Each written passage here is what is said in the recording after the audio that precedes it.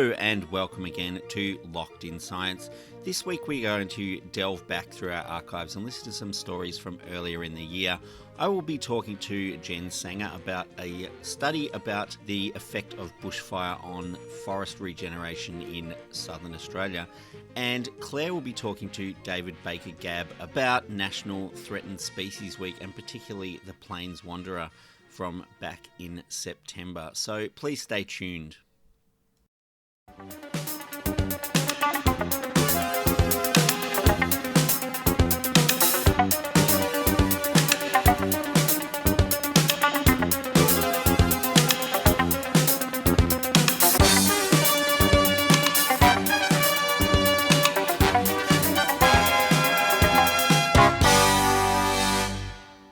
Now, you might remember a few months ago, if you can remember back that far, there were some other things going on in the world, including some pretty major bushfires in large parts of the country, which, the aftermath of which is still being felt everywhere, that they were affected.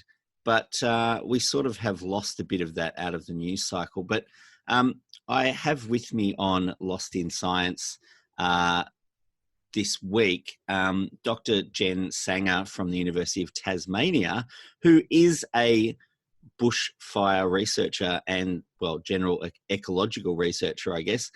Thanks for joining us, Jen. Thanks for having me. So, what is your background? What sort of led you to bushfire research? So I'm a forest ecologist, so I study a lot of things, different things to do with forests, and this is actually my first study looking at the effect of bushfires, but I have been looking at different forest types for the last couple of years. And we've just had the year before last, so January 19, the summer before last, we had some pretty severe bushfires down here in Tasmania, and it burnt some quite large areas across the state. One of the areas that was the worst affected was a place called the Huon Valley, which is down south of Hobart. Now, this area, there's a lot of forestry operations going on in this area. So in the region, you have a kind of a patchwork of logged areas and then older growth forests and also plantations as well. After the fires, when we had a look at the satellite imagery, there seemed to be a pattern where the areas that had been logged seemed to be burnt a lot more than the old growth forests. So we decided to do an official study to look at this phenomenon to see what we could find. Had anyone done work on that sort of thing previously to your work? There'd been some studies from the mainland. So there'd been one from Victoria where they looked at to see after the Black Saturday fires, and they found that in the forest there, the fires had actually burnt a lot more severely in forests that had been recently logged. So from about the age of about 7 to about 39 years, I think, these forests in that age actually burnt a lot more severely than older growth forests. Now, and there are different types of forest within Australia, and Australia's a very big place. Were they similar types of forest that they'd found on the mainland that you have in Tasmania as well? Yeah, so we both have very similar forests, wet eucalypt forests, so that can have a number of species, but both Tasmania and Victoria have a species of eucalypt called Eucalyptus regnans. So that's called the mountain ash in Victoria, and it's called the swamp gum in Tasmania. And yeah, they're two of the main forest types that are logged in both Victoria and Tasmania. And so when you went to look at these forests in Tasmania, you found similar things to what they had found in other places as well? Yeah, so our study found that logging regrowth and also plantations burn at a higher severity than the old growth forests. There was some fires in other parts of Tasmania earlier on, a couple of years earlier, in areas where people were saying they hadn't seen bushfires before. Is that sort of coming up in other areas, that there are parts of Tasmania burning that don't usually burn? Under climate change, our summers are getting a lot drier, and that's something that's predicted to keep increasing in the future. So what we're seeing is that there's areas of the bush that are a lot more dry than usual in the summertime. And what we've been seeing is we've been having a lot more dry lightning storms. So typically dry lightning storms or lightning in general in Tasmania is quite a rare thing. But with climate change, we're actually seeing a lot more lightning, which is starting fires in some really remote areas of Tasmania. So I think it was back in 2016, we had some fires up in the Alpine area, which burnt some really significant trees. So some very old pencil pines got destroyed. Some of these trees could be over 2,000 years old. And there was a lot of really sensitive alpine vegetation that got damaged as well. And I guess if they're in, if they're in remote areas, it's not like anyone can get in to fight those sort of fires either. Yeah, so it makes it a real challenge when we have these fires happening in such remote places. Our Parks and Wildlife team are actually really exceptionally well trained in this, and they've have done some really great work to help, especially in the January fires in 2019. They did a lot of work to keep these fires out of some really sensitive areas. But yeah, it does present a very big challenge. And so hopefully we can see more resources being put into getting proper firefighting equipment and getting some helicopters down here in Tasmania. Would be pretty handy, especially for some of the areas that I've driven through some parts of Tasmania, and I can't see how else you'd get in there, to be honest.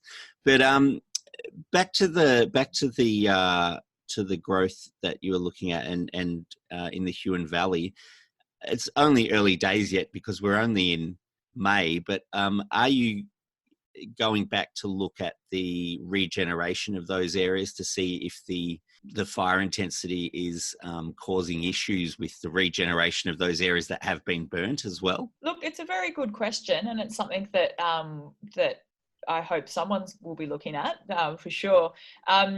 So I feel like the forest will be okay. Our forests are fairly well adapted to fire, infrequent fire, mind you, but I feel like they'll have a chance to survive.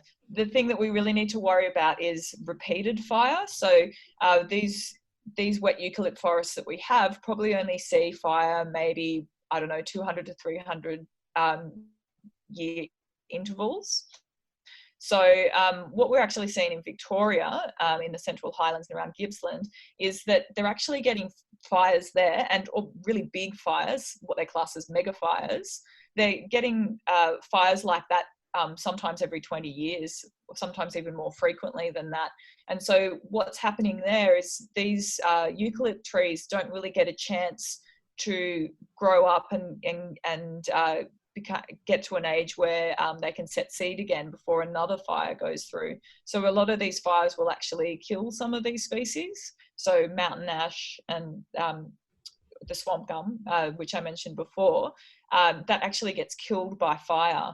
And so when a fire goes through, there needs to be enough time for that tree to grow up and mature and set seed before another fire goes through. So otherwise it'll just completely disappear from the ecosystem.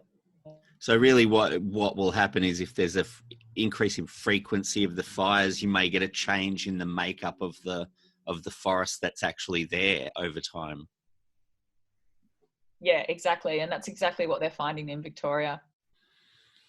Oh, that's an obvious concern to take into account. And I guess this kind of research does bring into question whether logging is actually an economically viable industry in certainly in some places, if it's going to cause issues for the ecosystems that it relies on for its for its basis. Thank you so much for joining us on the show, Jen. It was really good to catch up with you and hear about some of the research you're doing, and it is an important issue, and nice to, makes a nice change to be talking about something else for a change on the show. But obviously environmental science is very important to us. So thanks for telling us about what you've been up to. Thanks for having me. Science, the final frontier.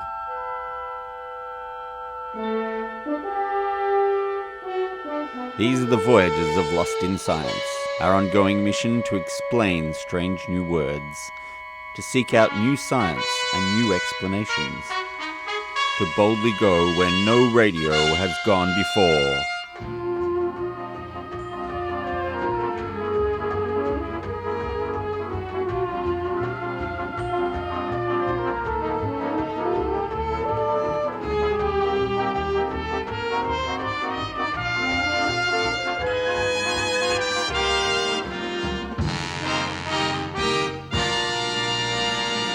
Australia has a bad track record for animal extinctions. In 2018, we were the world's fourth worst country for the number of animals that have become extinct on our watch. Now, to bring awareness to animals and plants that are on the brink of extinction this week, it is National Threatened Species Day. And although there are many threatened species on this list, regrettably, today we are shining the light on one in particular, the rarely sighted but extremely special bird, the plains wanderer. And to help us learn more about this bird is leading world expert ornithologist, Dr. David Baker-Gabb. David, welcome to Lost in Science. Good evening. Now, David, let's start with the basics. What is a plains wanderer? A plains wanderer is a small ground-dwelling bird. If you held up the palm of your hand and it was standing on tippy toes, then it would be about from your wrist to the tip of your fingers, or the size of a quail, if that makes any is on the money. And they're quite unusual to look at. They're a bit lanky, and they can move quite quickly through the grass. Unusually, females are larger and more colourful than the males. Right. And that ties in with their breeding system. So the female defends the territory of about 400 metres wide, or 9 hectares or so. And she has this low call, a bit like a cow's call, moo, I suppose. And so she attracts the boys, and she teams up with a male, and then she lays a clutch of eggs, and they go through all these really interesting displays, and he sits on them, and she makes sure he does. And then once she's got him well bedded down there, she teams up with another boy. The males do all the chick rearing. It's a bit like the old man emu, where the males do the chick rearing. And there's a link to our really ancient avifauna. So there's been fossil plains wanderer-like birds found in Australia that have been over 30 million years old. Wow. So when we look at the links, then we see that the closest relative to a plains wanderer, which is still very, very distant, is in South America, a seed snipe in South America.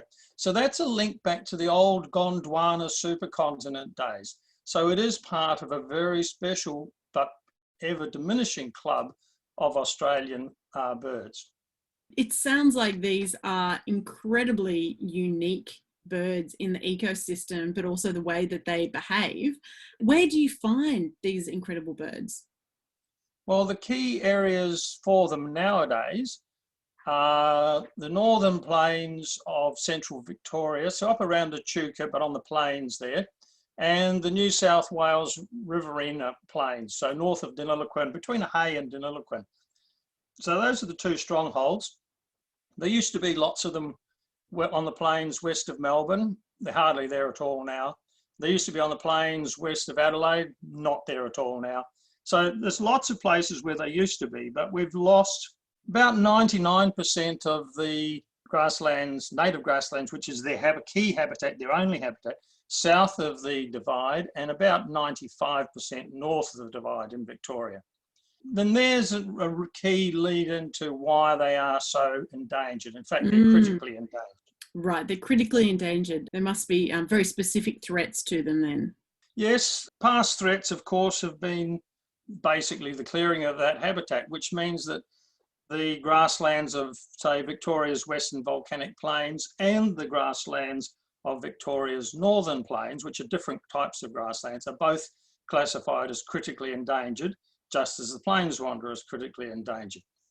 In fact, the level of endangerment of the plains wanderers and its uniqueness is such that in the 2018, it was assessed to be the #1 species in the world, that's of 10,000 plus species of bird, in terms of its risk of extinction and its genetic uniqueness. And why it's genetically unique is that it's in a family all of its own.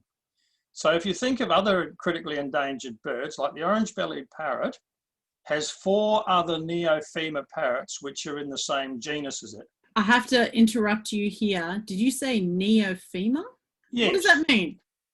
Well, that's the genus name Right. Okay. of the species. So every species has a genus and a species.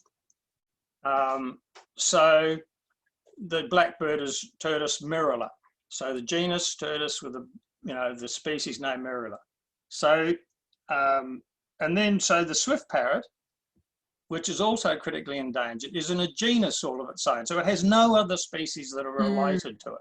Mm-hmm. And then the plains wanderer is in a family all of its own. Right. So it has nothing that's even remotely related to it. So the OBP is like a twig on the bird's tree of evolution, the swift parrot's like a branch, and the plains wanderer is like a limb. So if you lose a limb off the tree, it's really significant. It also sounds a bit lonely for the plains wanderer. Yeah, I guess it is. I mean, it's the thylacine was in exactly the same category, in a family all of its own. So when we lost the thylacine, the world lost something very, very significant. And the plains wanderer's in the same class. And so why do you think that people don't know about the plains wanderer though? Well, I think it's mainly because it's small and cryptic. So, they're pretty hard to find out in the grasslands. And indeed, when I started working on them over 3 decades ago, most of the bird twitching fraternity who are desperate to see, as many bird species they can, could only dream of seeing a plains wanderer. They just didn't know how to find. It's just like how we found the night parrots more recently. Yeah. People would dream of, certain people would dream of seeing a night parrot. And has that changed now? Do we know more about their biology and their behaviour so we have a better chance of seeing them? What's been your experience so far in all your time twitching and researching them? It has changed a lot. 30 years ago, there was virtually nothing known about them. Now we know what sort of grasslands they live in, what structure of grasslands they require, and it's reasonably specific as to what they require. And, we know what they eat and what most of the threats to them are. Dealing with those threats is obviously, something that we're still working on, but we are making considerable progress.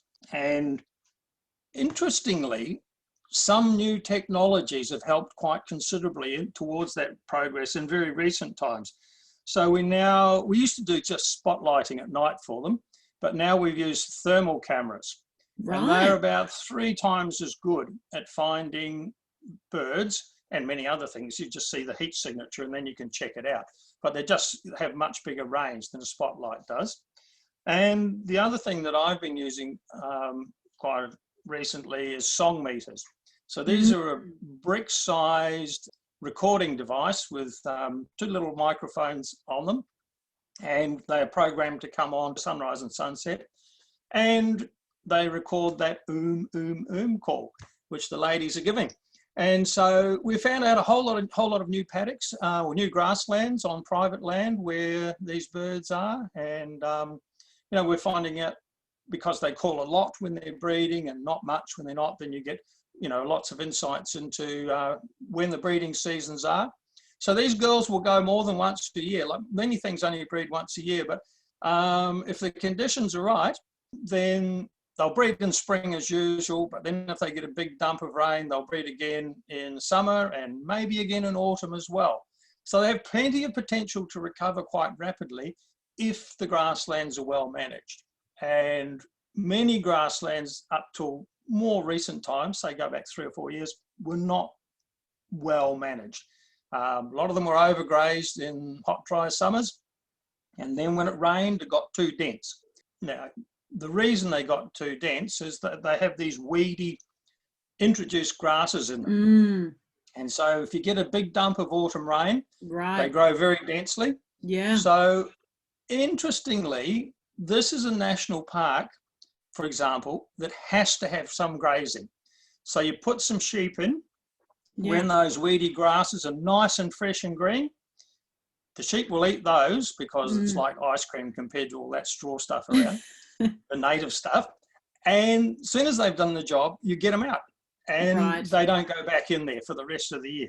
Okay. So that's how you manage the grassland, or one of the main ways of managing it. And why is it that plains wanderers need that specific sort of open grassland? Do we understand the relationship there? Yeah. So if you go back prior to the introduction of these weedy grasses, along with the Europeans who spread them around, there was tussocky grasslands, native grasslands with spaces between them. Now, plains wanderers like to weave their way between those grasslands as they pick seeds and insects off the ground. And the other thing is, when they see, these are fairly low growing grasslands, so they're not going to be more than about 10 centimetres high. So plains wanderers standing on tippy toes can easily see over the top of them. And so they see a ground predator. Right. And they just run away through the grasses, and they can really run. And so when it's all choked up, dense, they can't run away so easily, and then they have to fly. And plains wanderers are not very good flyers. And there's plenty of birds of prey around over those plains. And if they see a plains wanderer taking off, like a lumbering old bomber fighter, then they're lunch. The other birds, things like larks, will ring up in a circle and out climb a bird of prey, or stubble quail are very fast flyers, and they just explode out and then dive into dense grass. So plains wanderers are not able to do that. And so, that's why they tend to run away from predators, or use their intent and, incredible camouflage to just hide. And I have one more question about the plains wanderer. Is it a nocturnal bird? I heard you saying you do spotlighting. Is that because it comes out at night, or is that for a different reason? People thought they were nocturnal, but in fact they're not. And the birds in captivity, we can talk about that, they certainly show that they're very active during the day. But the thing is that when you're driving it around with a spotlight at night, they haven't evolved to avoid 100-watt quartz halogen bulb shining a light on them. So, they stand up and they're a little bit dazzled, and so you can easily see them. As I'm sure we all would be, David, when we have a bright light shone in our eyes. These things, you did right. So it is National Threatened Species Day, and I'm curious to sort of hear about what the current programs are to conserve the plains wanderer. One of the main programs to ensure that the species doesn't go extinct is captive breeding. So there's captive facilities at the Werribee Open Range Zoo in Victoria, at Taronga's Dubbo Zoo, and at Monarto Zoo in South Australia.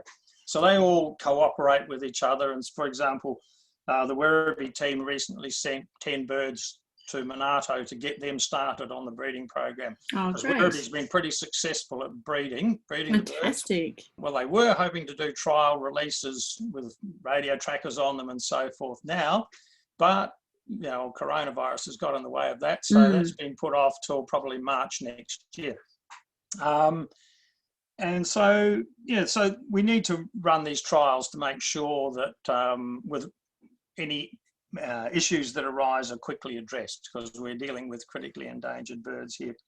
And where they're being released into, well, some will be government reserves, and some of them trust for nature grassland reserves, and others private land, probably which have covenants on them. So there's been a substantial increase in the number of covenants which private landholders, farmers, have been happy to have placed over their grasslands. They get a financial recompense for doing that, and so they need to manage those grasslands such that they always retain good cover on them, but not too dense, which is quite a sophisticated thing to do, but farmers have been doing that sort of thing all their lives. So they're obviously the best people to do it.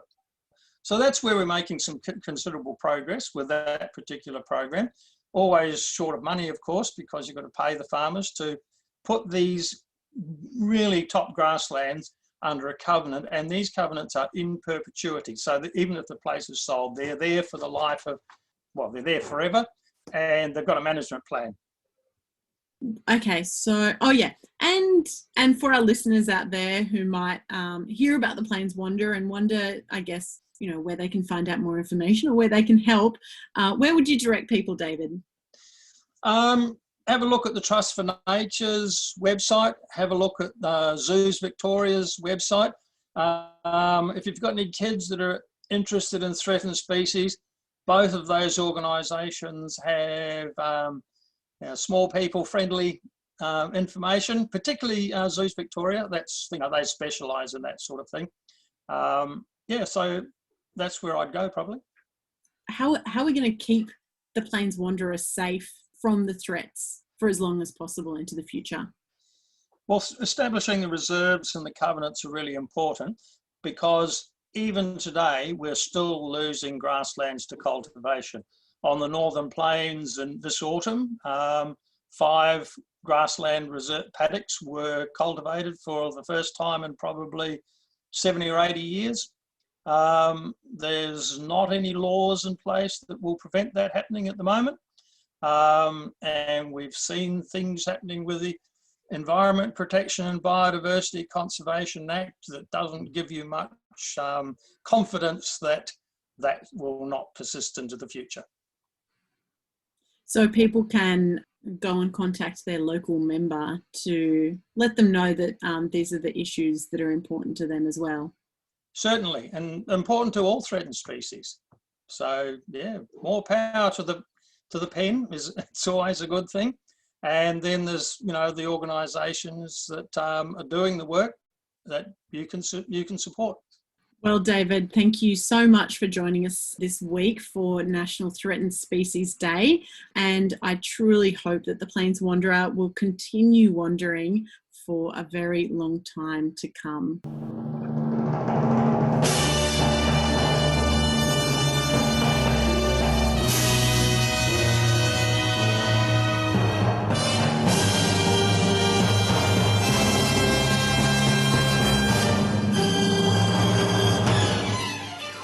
That's all we've got time for this week, and we are rapidly running out of time. If you want to get in touch with us, you can email us. You can find us on Twitter and Facebook. We are broadcast across Australia on the Community Radio Network with the financial assistance of the Community Broadcasting Foundation. And if you would like to tune in next week, Chris, Stu and Claire will get Locked in Science.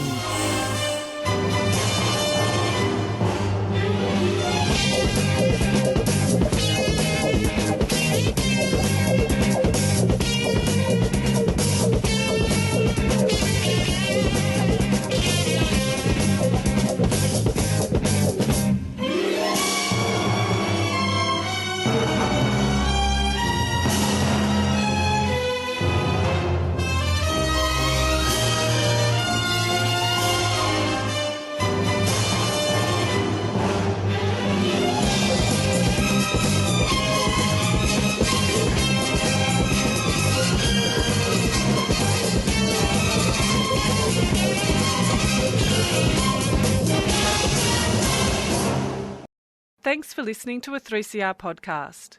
3CR is an independent community radio station based in Melbourne, Australia.